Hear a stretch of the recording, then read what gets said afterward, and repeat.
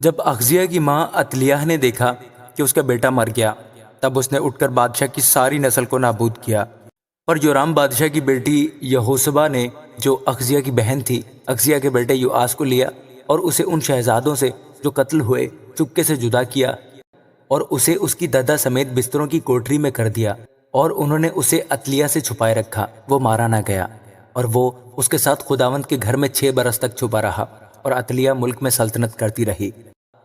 اور 7ویں برس یہوید نے کاریوں اور پہرے والوں کو، 100 کے سرداروں کو بلا بھیجا اور ان کو خداوند کے گھر میں اپنے پاس لا کر ان سے عہد و پیما کیا، اور خداوند کے گھر میں ان کو قسم کھلائی اور بادشاہ کے بیٹے کو ان کو دکھایا، اور اس نے ان کو یہ حکم دیا کہ تم یہ کام کرنا کہ تم جو سبت کو یہاں آتے ہو، سو تم میں سے 1/3 آدمی بادشاہ کے قصر کے پہرے پر رہیں، اور 1/3 سورنام پھاٹک پر رہیں، اور 1/3 اس پھاٹک پر ہوں جو پہرے والوں کے پیچھے ہے۔ یوں تم محل کی نگہبانی کرنا اور لوگوں کو روکے رہنا، اور تمہارے 2 جتھے یعنی سب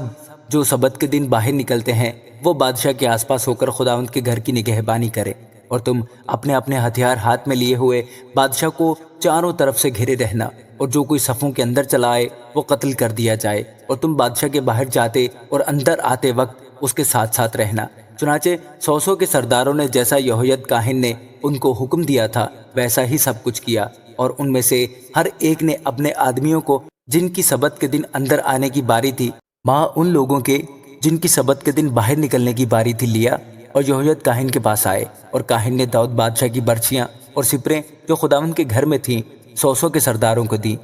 اور پہرے والے اپنے اپنے ہتھیار ہاتھ میں لیے ہوئے ہیکل کے دہنے پہلو سے لے کر بائیں پہلو تک مذبح اور ہیکل کے برابر برابر بادشاہ کے گردا گرد کھڑے ہو گئے۔ پھر اس نے شہزادہ کو باہر لا کر اس پر تاج رکھا اور شہادت نامہ اسے دیا،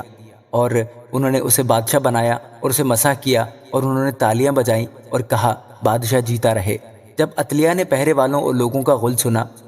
تو وہ ان لوگوں کے پاس خداوند کی ہیکل میں گئی اور دیکھا کہ بادشاہ دستور کے مطابق ستون کے قریب کھڑا ہے، اور اس کے پاس ہی سردار اور نرسنگے ہیں، اور مملکت کے سب لوگ خوش ہیں اور نرسنگے پھونک رہے ہیں۔ تب عطلیہ نے اپنے کپڑے پھاڑے اور چلائی، غدر ہے غدر۔ تب یہوید کاہن نے 100 کے سرداروں کو جو لشکر کے اوپر تھے یہ حکم دیا کہ اس کو صفوں کے بیچ کر کے باہر نکال لے جاؤ، اور جو کوئی اس کے پیچھے چلے اس کو تلوار سے قتل کر دو، کیونکہ کاہن نے کہا کہ وہ خداوند کے گھر کے اندر قتل نہ کی جائے۔ تب انہوں نے اس کے لیے راستہ چھوڑ دیا، اور وہ اس راہ سے گئی جس سے گھوڑے بادشاہ کے قصر میں داخل ہوتے تھے، اور وہیں قتل ہوئی۔ اور یہوید نے خداوند کے اور بادشاہ اور لوگوں کے درمیان ایک عہد باندھا، تاکہ خداوند کے لوگ ہوں، اور بادشاہ اور لوگوں کے درمیان بھی عہد باندھا، اور مملکت کے سب لوگ بال کے مندر میں گئے اور اسے ڈھایا، اور انہوں نے اس کے مذہبوں اور مورتوں کو بالکل چکنا چور کیا، اور بال کے پجاری متان کو مذہبوں کے سامنے قتل کیا۔ اور کاہن نے خداوند کے گھر کے لیے سرداروں کو مقرر کیا، اور اس نے 100 کے سرداروں اور کاریوں اور پہرے والوں اور اہل مملکت کو لیا، اور وہ بادشاہ کو خداوند کے گھر سے اتار لائے، اور پہرے والوں کے پھاٹک کی راہ سے بادشاہ کے قصر میں آئے، اور اس نے بادشاہوں کے تخت پر جلوس فرمایا، اور مملکت کے سب لوگ خوش ہوئے، اور شہر میں امن ہو گیا، اور انہوں نے عطلیہ کو بادشاہ کے قصر کے پاس تلوار سے قتل کیا۔ اور جب یہوآس سلطنت کرنے لگا تو 7 برس کا تھا۔ آمین۔